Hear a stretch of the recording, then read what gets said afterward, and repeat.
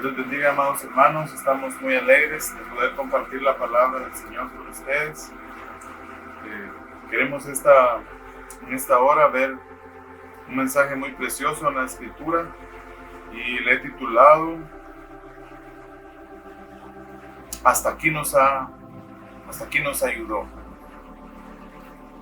Quiero ir con ustedes al libro de Primera de Samuel. Libro de Primera de Samuel. En el capítulo 5 de Primera de Samuel encontramos la historia de los filisteos atrapando el arca de Dios. Esto había sucedido porque Israel estaba en apostasía. Israel estaba en contra de los mandamientos de Dios, desde el sacerdocio hasta el pueblo, confiando en métodos, confiando en formas, en rituales nada más. Y la Escritura dice que los filisteos derrotaron a los israelitas. Los filisteos toman el arca y ellos, como un símbolo de superioridad, llevan el arca del pacto delante del templo de su dios Dagón. Pero encontramos ahí que ese dios el otro día amanece postrado, amanece quebrado delante del arca de Dios. Y amados hermanos, el Señor se glorificó aún en medio de esa derrota de Israel, porque Dios glorifica su nombre. Dios no necesita la ayuda del hombre. Él es humilde y Él, a través de su pueblo, Él hace cosas maravillosas. Pero hablando de este tiempo, hablando de una iglesia que no está preparada, vemos que el Señor va a cumplir sus propósitos, va a cumplir sus planes en este tiempo. Dios es fiel y Él lo hará en medio de su pueblo. Bueno, estos hombres dice que llevaron el arca de Dios a la primera ciudad llamada Asdod. Asdod era una de las ciudades principales de los filisteos. Queremos ver algo acerca de Asdod. Asdod la encontramos en el libro de Josué capítulo 11. Usted puede acompañarme ahí al libro de Josué capítulo 11 y vamos a ver quiénes habitaban ahí en la tierra de Asdod. Josué capítulo 11. Usted puede acompañarme ahí y vamos a ver algo ahí muy precioso. Dice el verso 21, también en aquel tiempo vino Josué y destruyó a los anaseos de los montes de Hebrón, de Debir, de Anab, de todos los montes de Judá y de todos los montes de Israel. Josué los destruyó a ellos y a sus ciudades. Ninguno de los anaseos quedó en la tierra de los hijos de Israel, solamente quedaron en Gaza, en Gad y en Asdod. Vemos que esta ciudad, Asdod, era ciudad de gigantes. Dice que Josué los destruyó de las heredades a estos anaseos, hijos de Anac, gigantes en la tierra, de los que vio Israel ahí cuando fueron a examinar la tierra, aquellos 12 espías, príncipes, y 10 de ellos dieron un mal reporte porque dijeron: son hombres grandes, son personas, no vamos a poder contra ellos, hijos de Anac, anaseos, gigantes. Y dice la Escritura que se quedaron viviendo en Gad, en Gaza y en Asdod. Entonces, Asdod es una tierra de gigantes. Y ellos, era una ciudad principal también de los filisteos. Ellos dijeron: traigamos el arca, burlémonos de la presencia de Dios, pongámosla delante de nuestros dioses, somos fuertes, hemos derrotado al pueblo de Dios, somos fuertes. Pero encontramos ahí que su Dios estaba postrado ante él. Su Dios estaba postrado, ese Dios Dagón. Y encontramos ahí en Primera de Samuel capítulo 5 verso 6, dice la Escritura: y se agravó la mano de Jehová sobre los de Asdod. El Señor estaba trayendo juicios ahí para los de Asdod. Y es lo que sucederá en este último tiempo, amados hermanos. El Señor va a pelear la batalla. Él es Rey de Reyes. Él es Señor de Señores. Gigantes se están levantando en el mundo. Economías gigantes para el mal. Gobiernos gigantes para controlar el mundo. Imaginémonos hoy cómo han controlado las finanzas, cómo han hecho que el hombre desfallezca. Gigantes, pero el Señor peleará contra ellos. Pero el Señor, Rey de Reyes, va a pelear la batalla. Y Él no necesita de la ayuda del hombre. Cuando hombres infieles, cuando un pueblo es infiel, el Señor siempre va a glorificar su nombre. El Señor va a glorificar su nombre. Y también Él va a glorificarse en un remanente pequeño. Vemos en este tiempo del primer libro de Samuel que había un hombre que no dejaba caer las palabras de Dios en tierra. Había un hombre que escuchaba la voz de Dios, el que oye la voz de Dios, el que es escuchado por Dios, Samuel. Entonces, hay un remanente también buscando a Dios. Así será este último tiempo. Habrán gigantes, el arca de Dios, la presencia de Dios van a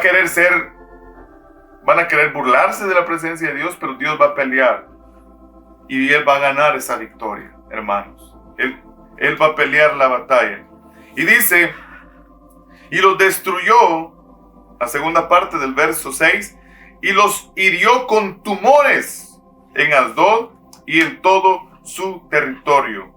Y viendo esto, los de Asdod dijeron, no quede con nosotros el arca de Dios, del Dios de Israel, porque su mano es dura sobre nosotros y sobre nuestro Dios Dagón.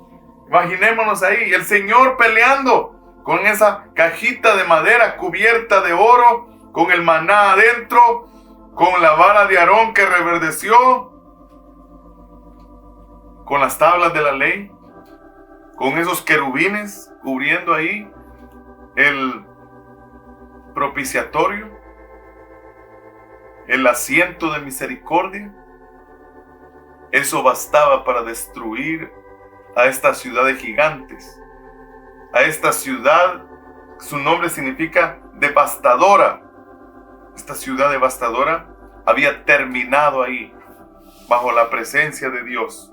Imaginémonos cómo el Señor va a pelear este último tiempo con su gran poder, hermanos. Tenemos que tener confianza en el Señor. No desfallecer como los hombres mortales. Esta arca contenía la vara de Aarón que reverdeció, figura de la resurrección. Nosotros tenemos esa esperanza, hermanos, del poder de la resurrección. Tenemos esa ley grabada en nuestro corazón. Tenemos el maná, esa palabra que nos alimenta cada día. No debemos temer en este tiempo. Debemos confiar en el Señor. Debemos de buscar y oír su palabra, oír su presencia. Y vamos a ver cómo el Señor no necesita la fuerza, no necesita de ejércitos, necesita de gente fiel, necesita de gente que oiga la palabra de Dios y la obedezca. Es lo que necesita el Señor. Entonces, esta ciudad de Asdod es una ciudad que tiene gigantes y la presencia de Dios está derrotando. Pero es necesario, hermanos, que veamos esos enemigos que no son vencidos con los métodos del hombre. Son vencidos únicamente con la presencia de Dios. ¿Y cómo son ellos, los de Asdod? En el libro de Nehemías, encontramos algo muy interesante en el capítulo 4 de esta ciudad. Y dice en el verso 7, dice, pero aconteció que oyendo Sanbalat y Tobías y los árabes, los amonitas y los de Asdod, o sea, los gigantes, que los muros de Jerusalén eran reparados, porque ya los portillos comenzaban a ser cerrados, se encolerizaron mucho y conspiraron todos a una para venir a atacar a Jerusalén. Jerusalén es la iglesia, y hacerle daño. Esos gigantes se enojan cuando alguien está levantando muros.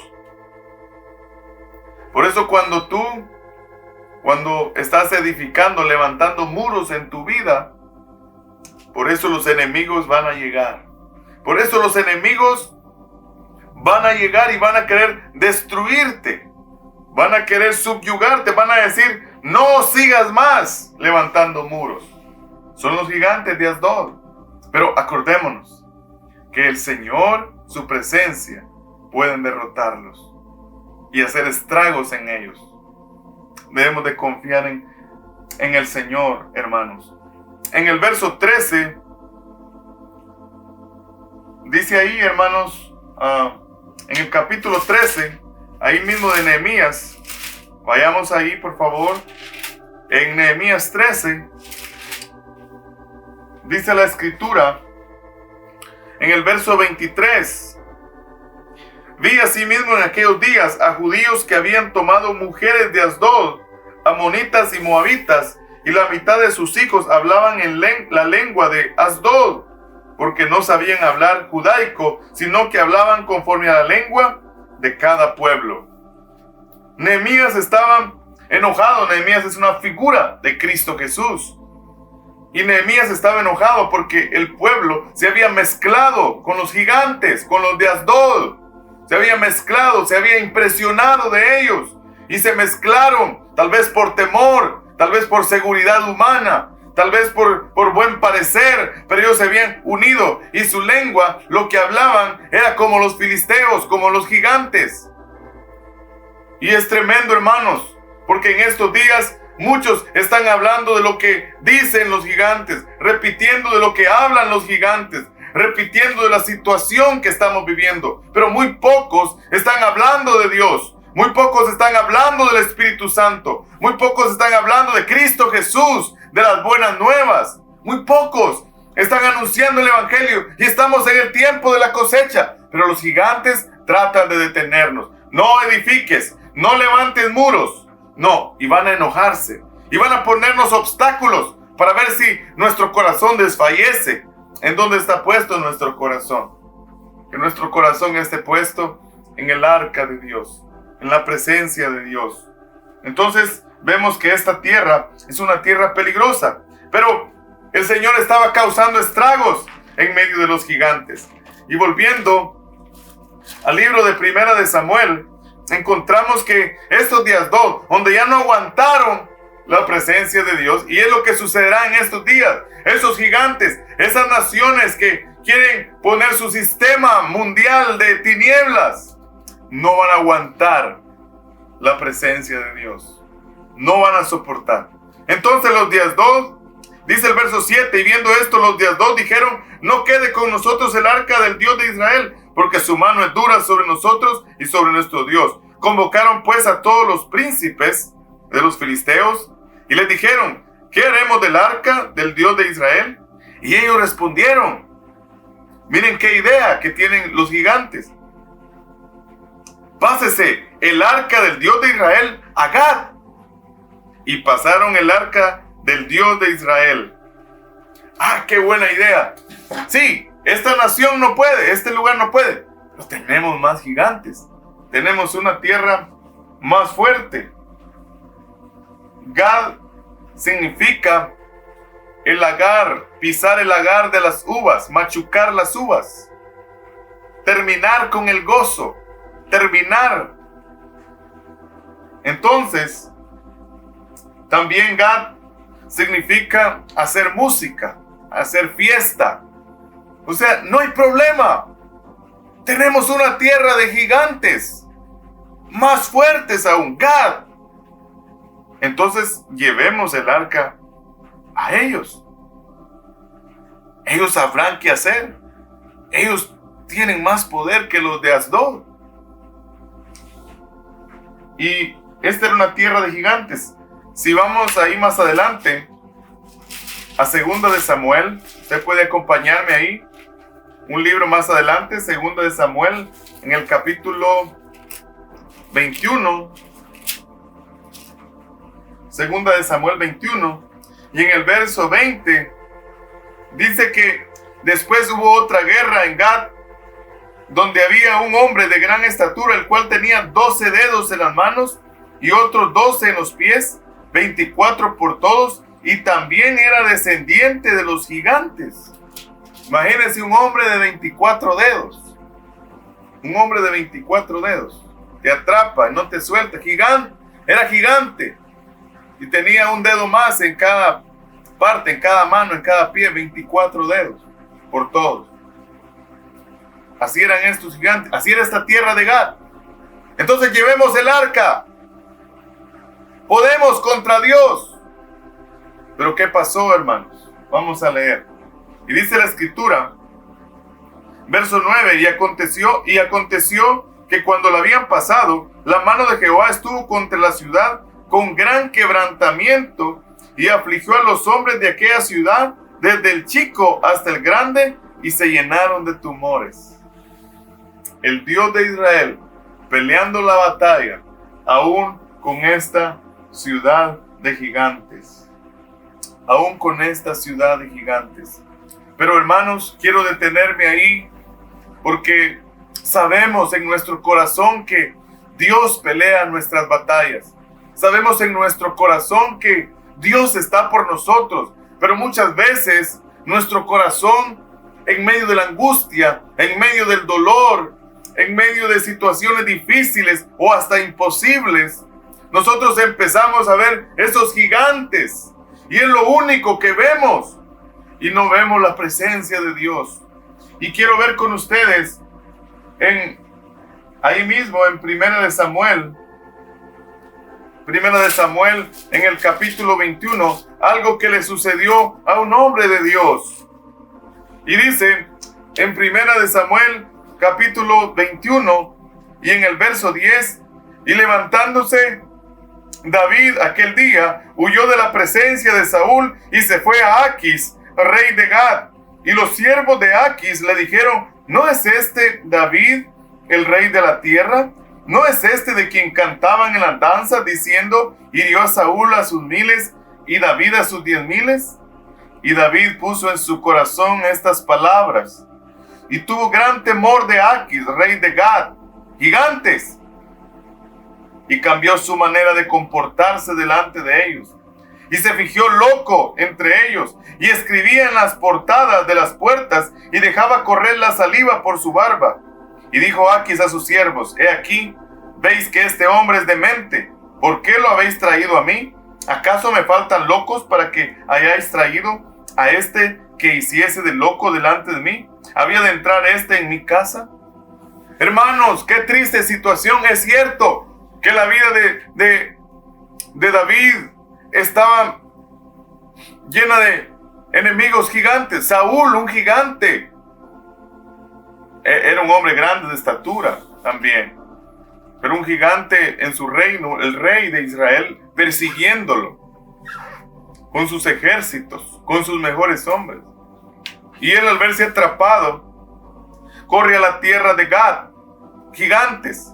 Pero cuando llega ahí a esconderse, se encuentra con que rápido lo detectan. Este es David, aquel que nos venció, aquel que derrotó a nuestro gigante de Gad, a Goliat. Imaginémonos, este hombre que había ganado una batalla con la confianza en el Señor, un hombre que tenía un corazón de niño creyéndole a Dios, ahora estaba con temor del hombre. Estaba hasta fingiéndose loco. ¿Y qué testimonio le llevaron a David, al rey, a este rey Aquis? Porque el Señor quería usarlo y dar un testimonio ahí, pero David había dejado de confiar en ese momento en la presencia del Señor. David no era que David había desechado a Dios, pero David había confiado más en la habilidad de su propia mente y de su propio corazón. David dijo, me voy a fingir loco. David dijo, voy a dejar correr la saliva. David dijo, voy a escribir en las portadas de las puertas. Será la única forma que yo pueda ser guardado. Este es un capítulo muy triste en la vida de David. Porque David tuvo temor de los gigantes. Y hay situaciones, hermanos, donde Hemos vencido batallas con la mano del Señor. Hemos pasado tormentas con la mano del Señor. Hemos derrotado gigantes en nuestra propia vida. Pero de repente, hermanos, empezamos a confiar en nuestra habilidad. Empezamos a poner nuestro brazo. Y por un momento nos empieza a salir todo bien. Pero tarde o temprano, hermanos, los gigantes se levantan. Y es ahí, hermanos, donde ya no estamos encontrándonos con Dios. Estamos atemorizados de esos gigantes. David escribe un salmo de esta situación. Quiero ir con ustedes al Salmo número 34 en la Escritura. Salmo 34. Y este salmo, si usted tiene su Biblia ahí, algunas Biblias dice Salmo de David cuando mudó su semblante delante de Abimelech y él lo echó y se fue. Y él dice en el verso 8, gustad y ved que Jehová es bueno. Qué bueno, que es bueno Jehová. Y él dice, dichoso el hombre que confía en él. ¿Pueden ver el corazón de David? Hermanos, había arrepentimiento en este hombre porque en ese momento él no estaba confiando en el Señor. Él estaba confiando en su habilidad. Estaba confiando en su fuerza. Y él dice, dichoso el hombre que confía en él. Temed a Jehová, vosotros sus santos. Hermanos, no debemos de tener temor a esos gigantes. Mucha gente, hermanos, vive hoy con temor a las noticias, con temor a lo que viene, con temor a... Y yo no digo que no tomemos medidas, tomemos las medidas, pero ¿dónde está tu temor? ¿Dónde está tu miedo? Que Jehová sea nuestro temor, que Él sea nuestro miedo. Hermanos, que vivamos cada día con el deseo de agradarle, con el deseo de humillarnos, con el deseo de reconocer que solo Él salva, solo Él perdona, solo Él limpia, solo Él restaura. Que vivamos de esa manera, hermanos. Que vivamos meditando, Señor, te agradé hoy. Señor, ¿estás complacido conmigo? Señor, ¿qué me falta para agradar tu corazón? Señor, ¿qué me falta para tener tu comunión? Oh, hermanos, que vivamos de esa manera. David sigue diciendo, los leoncillos necesitan y tienen hambre, pero los que buscan a Jehová no tendrán falta de ningún bien. Venid, hijos, oídme. El temor de Jehová os enseñaré. Otra vez Él está hablando que lo más importante es el temor de Jehová. Y Él quiere enseñarle a aquellos que estén con un oído abierto. El temor de Jehová os enseñaré. ¿Quién es el hombre que desea vida? ¿Que desea muchos días para ver el bien? Guarda tu lengua del mal y tus labios de hablar engaño. Apártate del mal y haz el bien. Busca la paz y síguela. No necesitamos mentir, hermanos. No necesitamos fingirnos. No necesitamos fingirnos. Usar nuestros métodos, hermanos, para ser guardados en el día malo. No, lo que necesitamos es al Señor. Necesitamos a la roca de nuestra salvación, a Cristo, morando, habitando, moviéndose en nuestras vidas. ¿Cómo lo encontramos? Buscándolo, hablándole, aprendiendo de Él en las Escrituras, aprendiendo a obedecer su ley por su gracia. Dice, los ojos de Jehová están sobre los justos y atentos sus oídos al clamor de ellos. David está enseñando este tiempo. Quiero leer con ustedes también en el Salmo 56. Salmo 56. Y dice, Salmo de David, cuando los filisteos le prendieron en Gad. Cuando los gigantes estaban acechando su vida, él dice: en Dios he confiado. Verso 11: no temeré. ¿Qué puede hacerme el hombre? David aquí está. Son salmos de arrepentimiento. David ahora está reconociendo: si Dios está, si su presencia está en mí y en mi familia, ¿qué puede hacerme el hombre? ¿Qué puede? Dice el verso 13: porque ha librado mi alma de la muerte y mis pies de caída, para que ande delante de Dios en la luz de los que viven. Oh, qué precioso es el Señor, hermanos. Él quiere enseñarnos su camino, el temor, su presencia contra esos gigantes.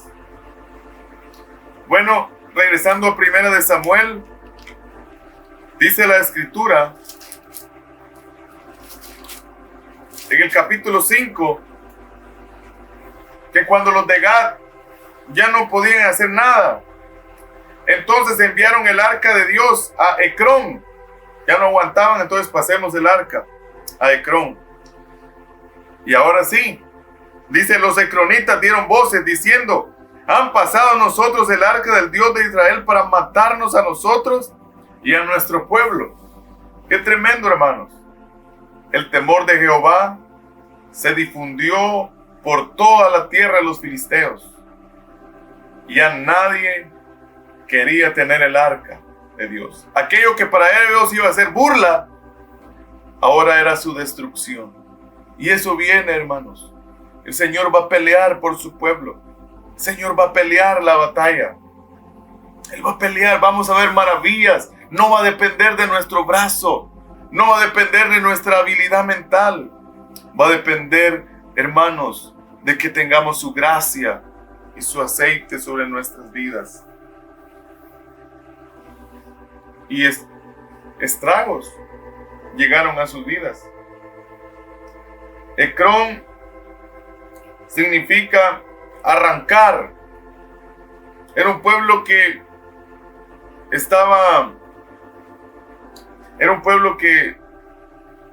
tenía la capacidad de hacer lo que ellos querían, vivir como querían. Pero encontramos aquí esta ciudad bajo el juicio. Era una de las ciudades más importantes de los filisteos. ¿Por qué? Porque tenían un dios llamado Baal-Zebub. Este nombre, Baal-Zebub, significa Señor de las moscas. Señor de las moscas. O también conocido como el Señor de las tinieblas. Si ustedes hacen memoria en el Éxodo, una de las plagas, si no estoy mal, fue la 4ª plaga que cayó sobre Egipto. Era la plaga de las moscas, ¿verdad? La Escritura nos habla que las moscas son comparadas con espíritus. Son una figura de demonios que están molestando. Y eso significa Ecrón, la casa de Baal-Zebub, el dios de las moscas, el dios de las tinieblas, el dios de los demonios. Y hay gigantes que van a pelear la batalla, hermanos, en contra de nosotros. Van a pelear la batalla para detenernos en este camino. Hay una esfera espiritual que hoy nuestros ojos no pueden ver en ciertos momentos, pero en varias oportunidades sabemos que hay una mano de las tinieblas, una presencia de las tinieblas que no quiere que avancemos. Pero por eso necesitamos, en medio de Ecrón, en medio del dios Baal-Zebub, el dios de las moscas, el dios de las tinieblas, necesitamos la presencia de Dios, el arca de Dios. Que vuelva el arca de Dios, hermanos, a nuestras vidas. Que volvamos a buscar al Señor. En Segunda de Reyes, quiero buscar con ustedes unos libros más adelante. Segunda de Reyes, en el capítulo 1 del segundo libro de los Reyes, y dice en el verso 2: y Ocosías cayó por la ventana de una sala de la casa que tenía en Samaria, y estando enfermo, envió mensajeros y les dijo: id y consultad a Dios. No. Mire lo que dice: y consultad a Baal Zebub. Consulten al Dios de las moscas, al Dios de los demonios. Dice la escritura que las moscas echan a perder el ungüento del perfumador. Las moscas pueden echar a perder esos pequeños espíritus o grandes demonios. Van a destruir matrimonios, relación de padres e hijos, si no estamos dispuestos a ser fieles, si no estamos dispuestos a tener la presencia del Señor y a obedecer. Hay muchos padres que viven con esas moscas, espíritus, viven como los ecronitas. Vemos aquí el ejemplo: Ocosías. Fueron niños y jóvenes que nunca fueron estrechados, nunca fueron corregidos. Tal vez sí un medio regaño, tal vez sí una media llamada de atención, pero hacerlo a la manera de Dios, no. Sus padres no vivían a la manera de Dios, vivían a sus propios pensamientos, impartiendo su propia misericordia, impartiendo su propia compasión humana, pero no viviendo a la manera de Dios. Y qué triste, vemos a un Ocosías, alguien del reino de Dios, buscando al Dios de Ecrón, a Baal Zebub. La pregunta es: ¿quién es tu Dios? ¿Qué Dios buscas? Baal significaba el Señor. El Señor. Pero era la forma de vivir de estos samaritanos. Samaria era un lugar importante en Israel. Necesitamos, hermanos, volvernos al Señor. Ocosías buscaba al Dios de Ecrón. Buscaba al Dios de Ecrón. Y miren qué precioso, hermanos, el verso 3 dice: entonces el ángel de Jehová habló a Elías Tisbita diciendo: levántate y sube a encontrarte con los mensajeros del rey de Samaria y diles: ¿no hay Dios en Israel que vayáis a consultar a Baal Zebub, Dios de Ecrón? Es la pregunta que el Espíritu Santo nos hace en esta hora. Hermano, cuando tienes problemas, cuando tienes aflicciones, cuando tienes gigantes oprimiendo tu vida, ¿acaso no hay Dios en Israel? Hermano, ¿acaso no el Dios de Israel es el Dios vivo? Los musulmanes tienen a Mahoma y se alegran porque ahí tienen su tumba y todas las cosas. Pero hermanos, la tumba de nuestro Dios, de nuestro Cristo, está vacía. No va a encontrar usted un hueso ahí tirado, no. Él está vivo. Él reina, Él gobierna sobre los asuntos de los hombres. Él quita y pone reyes. Él hace lo que Él quiere. ¿Acaso necesitamos a Baal Zebub, al Dios de este mundo? No, hermanos. ¿Acaso no hay Dios en Israel? Hermanos, necesitamos oír en este tiempo a Elías Tisbita, llamándonos a una nueva intimidad con Dios, para ver su mano, para ver milagros. ¿No hay Dios en Israel para que vayáis a consultar a Baal Zebub, Dios de Ecrón? Oh, hermanos,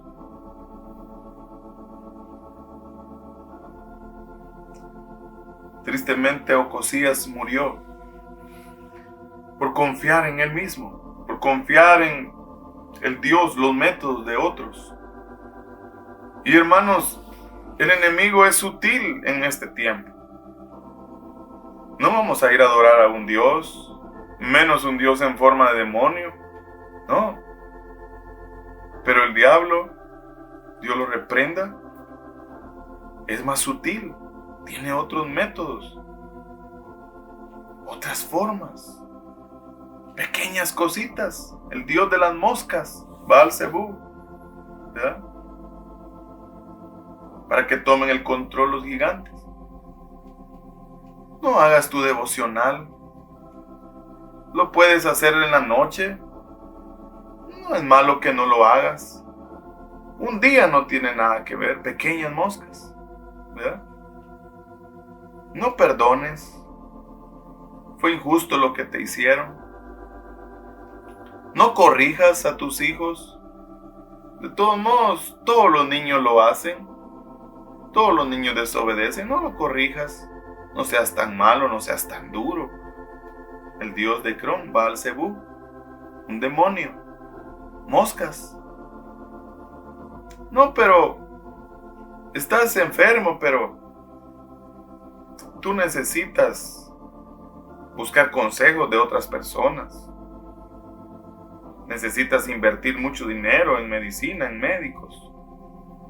Baal-Zebú, el dios de Ecrón, el dios de las moscas, el dios de los demonios. Y era increíble, hermanos, porque estos hombres tenían un templo en Ecrón para ese dios. Y lo que hacían ellos era que ponían carne, mucha carne que estuviera en estado de descomposición para que las moscas llenaran ese templo. La Biblia dice que nosotros somos el templo del Espíritu Santo. Sí, estamos caminando en obediencia. Pero si no estamos caminando, va a haber carne muerta.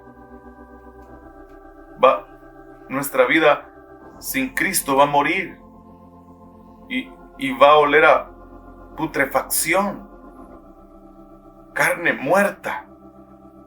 Imagínense. Es lo que Pablo dice: miserable de mí, ¿quién me puede librar de este cuerpo de muerte? En estado de descomposición, en estado de putrefacción. ¿Quién me podrá librar de este cuerpo de pecado? Pero Pablo dice: yo estoy en esta condición, pero no quiero vivir así. Gracias sean dadas a Jesucristo, que Él me ha librado de la muerte. Hermanos, pero ¿qué está llegando a nuestra vida? ¿Qué olor? ¿Qué fragancia estamos dando? Es increíble en la naturaleza. Hay una flor que tiene un olor tan desagradable a cosas muertas y descompuestas que atrae las moscas. Y cuando las moscas llegan ahí y se paran en ella las atrapa, y de esos nutrientes se alimenta esta planta. Podemos decir que es una planta carnívora, o por lo menos que come insectos. Pero ¿qué estamos atrayendo nosotros, hermanos? ¿Moscas? ¿Bichos? ¿Cucarachas espirituales? Yo sé que en lo natural, especialmente a las mujeres, no les gustan esas cosas. Pero en lo espiritual, en lo íntimo con el Señor, ¿qué olor está recibiendo? ¿Qué olor recibió hoy el Señor de ti? ¿Un olor agradable? Porque caminaste en su ley. Porque se te presentó una oportunidad y dijiste algo que no tenías que decir, y después fuiste con la persona y le dijiste: mire, yo quiero rectificar lo que dije porque le dije esto, pero realmente no fue así. Fue de esta manera. ¿Me entienden? Porque somos confrontados, hermanos. Somos confrontados. Cada día tenemos la oportunidad de volvernos bajo el espíritu de arrepentimiento, bajo el espíritu de Elías. Necesitamos, hermanos, que estemos dando un olor agradable al Señor, un olor fragante al Señor. Necesitamos ser libertados. Puede llegar a ser una plaga en nuestra vida. Comienzan cosas pequeñas, pero Egipto, acuérdense, fue cubierto de moscas. Y esa condición es muy triste. Así vivían los ecronitas. Amaban la carne, amaban los deleites, amaban este mundo. En el capítulo 1 del libro de Amós se menciona un juicio para los de Asdod, para los de Ecrón. Amós, capítulo 1, y en el verso 8 dice la escritura: y destruiré a los moradores de Asdod y a los gobernadores de Ascalón, y volveré mi mano contra Ecrón, y el resto de los filisteos perecerá, ha dicho Jehová el Señor. ¿Por qué? Dice: porque llevó cautivo a todo un pueblo para entregarlo a la carne. Hermanos, los ecronitas, esos gigantes, amaban la muerte. Y ellos, hermanos, amaban llevar a otros a la muerte. Amaban engañar a otros. Amaban que otros estuvieran en la misma condición que ellos. Es la diferencia de un ecronita a un israelita verdadero. Un israelita quiere que la luz de Dios, la vida, esté en otra persona. Él quiere compartir la vida que está fluyendo en otros. La característica de un ecronita es que él quiere que las tinieblas que hay en él, que la muerte que hay en él, sean puestas en otras personas, sean puestas en otras vidas, que otras vidas tengan su misma condición. Eso es triste para los ecronitas. Y por eso el juicio viene para los ecronitas y los que viven como los ecronitas. Aquellos que viven amando la carne, amando la muerte, amando el pecado, encubriendo el pecado. Acordémonos, hermanos, que no importa la apariencia, no importa que tengamos un habla de oro, no importa, pero si nuestro corazón, si nuestras entrañas están delante del Señor como carne muerta, como los ecronitas, el juicio vendrá, muerte vendrá para nuestras vidas. Que nos volvamos, hermanos, que nos volvamos de todo nuestro corazón. Sofonías también dice la escritura. Sofonías da un juicio en el capítulo 2 para los ecronitas. Dice en el verso 4, Sofonías 2:4, porque Gaza será desamparada y Ascalón asolada. Saquearán a Asdod en pleno día y Ecrón será desarraigada. Ecrón es arrancar, quitar en malos negocios, quitar la presencia de Dios a otros.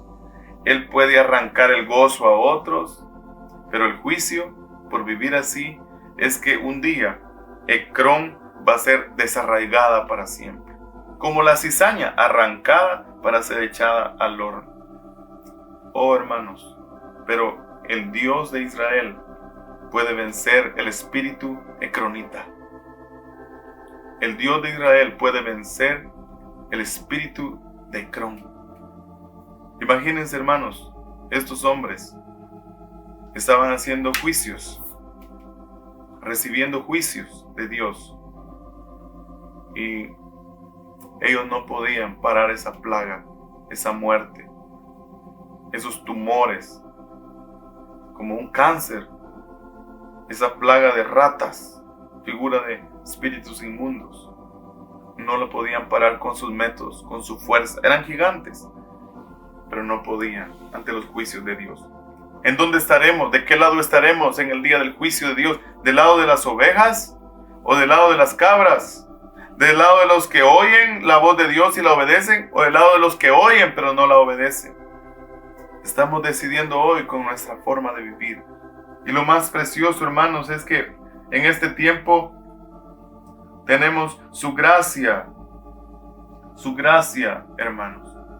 Estas naciones fueron quebrantadas porque su vida era solo vivir en orgullo, vivir en altivez, hermanos, pero el Señor quebrantará el orgullo. Dice la escritura que la piedra que desecharon los edificadores, los que creen que pueden solos, la piedra que desecharon ha venido a ser cabeza del ángulo. Y esa piedra los desmenuzará también, los destruirá. Esa roca es Cristo Jesús. Necesitamos en este tiempo volvernos al Señor, hermanos. Su atributo es Rey de Reyes y Señor de Señores. Él va a gobernar muy pronto, hermanos. Él es nuestra única esperanza. Cristo Jesús es nuestra única esperanza. Y es tremendo, hermanos, porque la escritura dice que en Lucas 18:38, hermanos, el clamor de este hombre de morar en tinieblas. Este que clamó: Hijo de David, ten misericordia de mí. El clamor de este hombre era salir de las tinieblas. Era lo que él más anhelaba, hermanos. Salir de sus tinieblas, de su ceguera. Era el clamor de este hombre: ten misericordia de mí. Hermanos, y estamos viendo las sombras que vienen, la muerte, y muchos no quieren salir de las tinieblas. Muchos no quieren salir de las sombras de muerte. Necesitamos hoy volvernos al Señor. Necesitamos hoy volvernos a Él. Vienen las sombras. Solo será por su gracia, hermanos. Solo será por su gracia, como lo vemos en el libro. Ahí estamos terminando en el capítulo 7. Dice que el pueblo, por no conocer a Dios, los de Bet-Semes, este lugar significa una ciudad entre las fronteras de Judá y Dan, una ciudad en los límites de la alabanza, unas veces sí, unas veces no, jugándose los límites. Así era este lugar de Bet-Semes, una ciudad que no conocía a Dios, una ciudad que pereció. La escritura dice aquí que 50,070 hombres murieron por atreverse a jugar con la presencia de Dios, por atreverse a usar sus métodos con la presencia de Dios. Hermanos, no podemos seguir a Dios a nuestra manera y poder vivir. No, tenemos que seguirlo a Él a su manera para poder vivir en Él. Los de Bet-Semes vivían en los límites entre Judá y Dan, hermanos, entre alabanza. Ahí unas veces sí, otras veces no, jugándose en el límite fronterizo. Hermanos, que conquistemos la tierra. Hermanos, que seamos aquella tribu que busca al Señor. Que busca al Señor. Y encontramos aquí en 1 Samuel 7 que el Señor hizo que llevaran el arca a este sacerdote. Llevaron el arca de Dios a Kiriat Jearim, un lugar, hermanos, donde sí conocían cómo ministrar a Dios. Un lugar que ellos conocían cómo se debe seguir al Señor. Y Dios bendijo, hermanos, ese lugar. Entonces Samuel está pidiéndole en este capítulo 7 de 1 Samuel al pueblo que se vuelva a Dios, que se vuelvan a los altares familiares, que se vuelvan del pecado. Samuel iba a haber otra batalla. Ellos sabían que estaban perdidos por la desobediencia de Dios. Dios había tratado sus vidas y venían los filisteos todavía. Pero Samuel, dice la escritura en el capítulo 7 y verso 12, tomó luego Samuel una piedra y la puso entre Mizpa y Sen y le puso por nombre Ebenezer. Esto es piedra de ayuda, diciendo: hasta aquí nos ayudó Jehová. Así fueron sometidos los filisteos y no volvieron más a entrar en el territorio de Israel, y la mano de Jehová estuvo contra los filisteos todos los días de Samuel, el que oye. Ellos se volvieron a Dios, ellos ayunaron, ellos oraron, ellos clamaron, ellos reconocieron que su única esperanza era la piedra viva, la roca, Cristo Jesús. Ellos reconocieron que solo ese lugar, solo su morada, su presencia podía ayudarlos. Hermanos, estamos viviendo en un tiempo muy difícil, pero donde nosotros podemos derrotar con la ayuda del Señor esos gigantes. Dios puede pelear nuestra batalla, hermanos. Dios puede libertarnos. Dios puede levantarnos en este tiempo, hermanos. Vivir en una esfera espiritual gloriosa en este tiempo, como en ese tiempo. Imagínense, hermanos, un solo hombre derrotó a los filisteos. Un solo hombre. ¿Y quién era Samuel, hermanos? Un hombre que oía y obedecía la palabra de Dios. Un hombre que buscaba al Señor. Un hombre que se encontraba con Él, que no dejaba caer una palabra de Dios en tierra. Y esa fue la victoria para todo Israel. a través de un remanente muy pequeño, no del ejército. Sí, el ejército después persiguió a los filisteos y los mataron. Pero necesitamos volvernos a Dios. No necesitamos métodos. No necesitamos otra cosa. Necesitamos la presencia de Dios. Quiero invitarlo, amado hermano, en este tiempo, a que cambiemos nuestra forma de vivir. Estamos recibiendo hasta tiempo para buscar al Señor en nuestros hogares, para buscar juntos al Señor. No desperdiciemos el tiempo. Es corto, hermanos. Es corto. Lo que nos resta, la demora es corta. Que aprovechemos el tiempo. Afirmarnos. Que no tengamos temor de los gigantes. Que no tengamos miedo de lo que está sucediendo en este mundo. Que tengamos temor de Dios. Buscándole con reverencia. Con todo nuestro corazón. Buscando a la roca. Diciéndole: Señor, soy ciego. Dame la vista. Como esos de Bet-Semes. Que seamos de aquellos que lloran y se vuelven a Dios en medio de los juicios. Y que esperan en Él. Y que van a ver su mano. Van a ver la fortaleza de Dios en el tiempo de la angustia y del día malo. Que el Señor les bendiga. Que el Señor nos llene de su presencia. Y esta misma noche, en esta misma hora, tú puedes derrotar a esos gigantes. No dejes pasar este tiempo. No salgas de este mensaje. Tal vez es un mensaje insignificante, tal vez pequeño, pero ese mensaje, si tú lo recibes, si tú no dejas caer esas palabras en tierra, tú puedes recibir esta noche victoria sobre los gigantes. Tu casa puede ser bendecida cuando vuelvas a traer la presencia de Dios a tu casa. Como Dios bendijo muchos hombres que tuvieron el arca del pacto en su casa. Si tú tienes la presencia de Dios en tu casa, es la respuesta. Es lo que tú andas buscando hoy. Te animo. No dejes pasar este momento. Busca al Señor. Busca. Hay gigantes. Tratan de detenernos. No saben cuán difícil es estar compartiendo en estos tiempos. El enemigo acechando. Pero hermanos, Dios, su Hijo, es Rey de Reyes, Señor de Señores. Dios les bendiga. Que Dios los visite en esta misma hora.